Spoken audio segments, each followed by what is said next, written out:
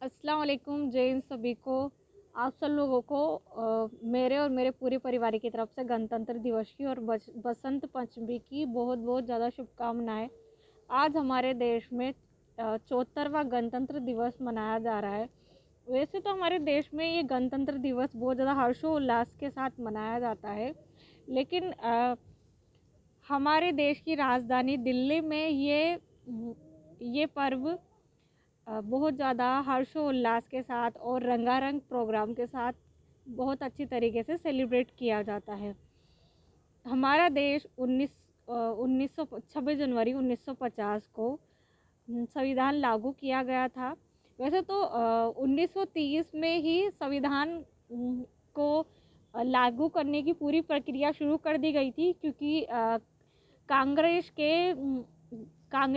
कांग्रेस के अधीन अंग्रेज़ों से हमारे भारत को पूरी तरह हमारा राष्ट्र बनाने के लिए 1930 में पूरी तैयारी कर ली गई थी।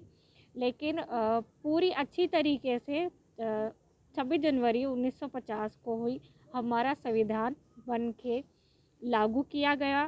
संविधान को बनाने के लिए 2 साल 11 महीने और 18 दिन लगे। हमारे देश का संविधान विश्व का दूसरा सबसे बड़ा संविधान है। हमारे संविधान में बहुत ज़्यादा अनुच्छेद है और हमारा संविधान बहुत ज़्यादा अच्छा है। पूरे हमारे संविधान को बनाने में सबसे ज़्यादा इसकी कमान डॉक्टर भीमराव अंबेडकर जी ने संभाली थी, और आज उन्हीं की वजह से हमारे देश में ये 26 जनवरी मनाई जाती है। और बाबा साहब को, गांधी जी को और जो जो महान हस्तियाँ थी, चंद्रशेखर आज़ाद को, भगत सिंह जी को और तमाम शहीदों को इस दिन नमन किया जाता है और उनको याद किया जाता है। और दिल्ली में आज परेड निकाली जाती है और लोग हर्षोल्लास से ये पर्व मनाता है। हमारे देश में ये तीसरा सबसे बड़ा पर्व है। पहले 26 जनवरी पहले 15 अगस्त, 26 जनवरी और भी बहुत सारे पर्व हैं। वैसे हमारे देश को त्योहारों का देश भी कहा जाता है। हमारे देश में यहाँ पे हर दिन त्यौहार मनाया जाता है। हर दिन यहाँ पे हर्षोल्लास के साथ सभी लोग अपनी ज़िंदगी बिताते हैं। और लेकिन अभी कुछ अराजक तत्व की वजह से, राजनीतिक तत्व की वजह से हमारे देश का माहौल हद से ज़्यादा बिगड़ चुका है। हमारा देश का माहौल इतना ज़्यादा गर्मा गया है कि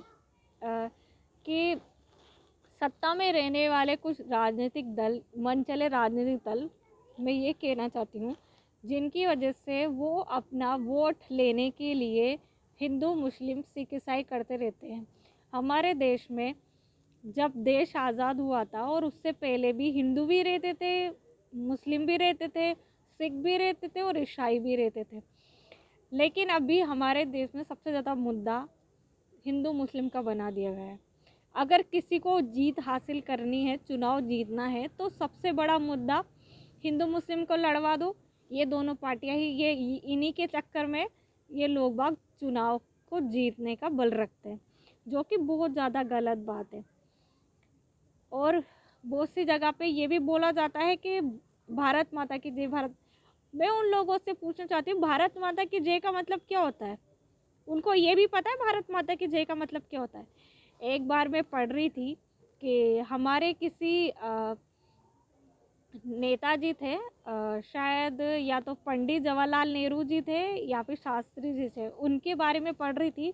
तो वो एक बार किसी गांव में गए हुए थे, तो वहाँ पे उनके जाने के टाइम पे लोगों ने भारत माता की जय, भारत माता जय के नारे लगाए। तो उन्होंने उन सबको रोक के उनसे पूछा कि भारत माता की जय का मतलब क्या होता है? वो कोई लोग बाग जवाब नहीं दे पाए। तो उन्होंने जवाब दिया, भारत माता की जय का मतलब होता है कि भारत में जो किसान है, हमारे सैनिक भाई है और जो तमाम हमारे देश के लिए संघर्ष करते हैं, हमारे देश को हमेशा अपने बहुत ज़्यादा ऊपर रखते हैं, उनके लिए भारत माता की जय के नारे लगाए जाते हैं। जब हमारा किसान भाई और हमारे सैनिक, जिनको पूरी सुविधा मिलनी चाहिए, वो ही, उनके परिवार वाले ही खुश नहीं है, तो भारत माता की जय का क्या फ़ायदा? उन्होंने ये बात बोली थी। लेकिन आज के वक्त में तो लोग बाग बस अपना उल्लू सीधा करने में लगे हुए, कहीं पर भी कोई से भी नारे लगा दिए जाते। लोग बाग ये क्यों नहीं सोचते कि उनको किसी चीज़ का मतलब पता हो तभी जाके वो नारा लगाए। देश में हिंदू भी रहता है, मुस्लिम भी रहता है, सिख भी रहता है और ईसाई भी रहता है। तो प्लीज़ आप सब लोगों से मैं हाथ जोड़ के निवेदन कर रही हूँ कि हिंदू मुस्लिम करना बंद करें। ये देश हम सबका है। अगर आप लोगों को रहना है तो हिंदू मुस्लिम छोड़ के इंसानियत की पहले धर्म अपनाइए, बाद में हिंदू मुस्लिम करिए, क्योंकि हिंदू मुस्लिम धर्म करने से कुछ नहीं होता। देश की भागदौड़ युवाओं को दीजिए, जो युवा अपने देश को अच्छे से चला सके। और खामखा सत्ता में बैठ के इस तरीके से अपने आप को, और ना ही खुद चुप रह के अपने कुछ अराजक तत्व को खड़े करके इसे गलत गलत चीज़ें अपनाएं, जिसकी वजह से जो आम जनता है, जो बेचारे जो बेचारे मासूम लोग हैं, जो हिंदू मुस्लिम होते हुए भी है हिंदू मुस्लिम, तो उन तमाम गंदे लोगों की वजह से वो जो अच्छे लोग हैं मुस्लिम और हिंदू, उनको सफ़र करना पड़ता है। सोचिए लोगों के बारे में, वो लोग अच्छे लोग हैं। हिंदू भी अच्छा है, मुस्लिम भी अच्छा है, सिख भी अच्छा है और ईसाई भी अच्छा है। ये संपूर्ण देश हमारा है। किसी के कहने से ये हिंदू मुस्लिम का देश नहीं हो गया। ये पूरा देश हम सब लोगों का है। जय हिंद, जय भारत।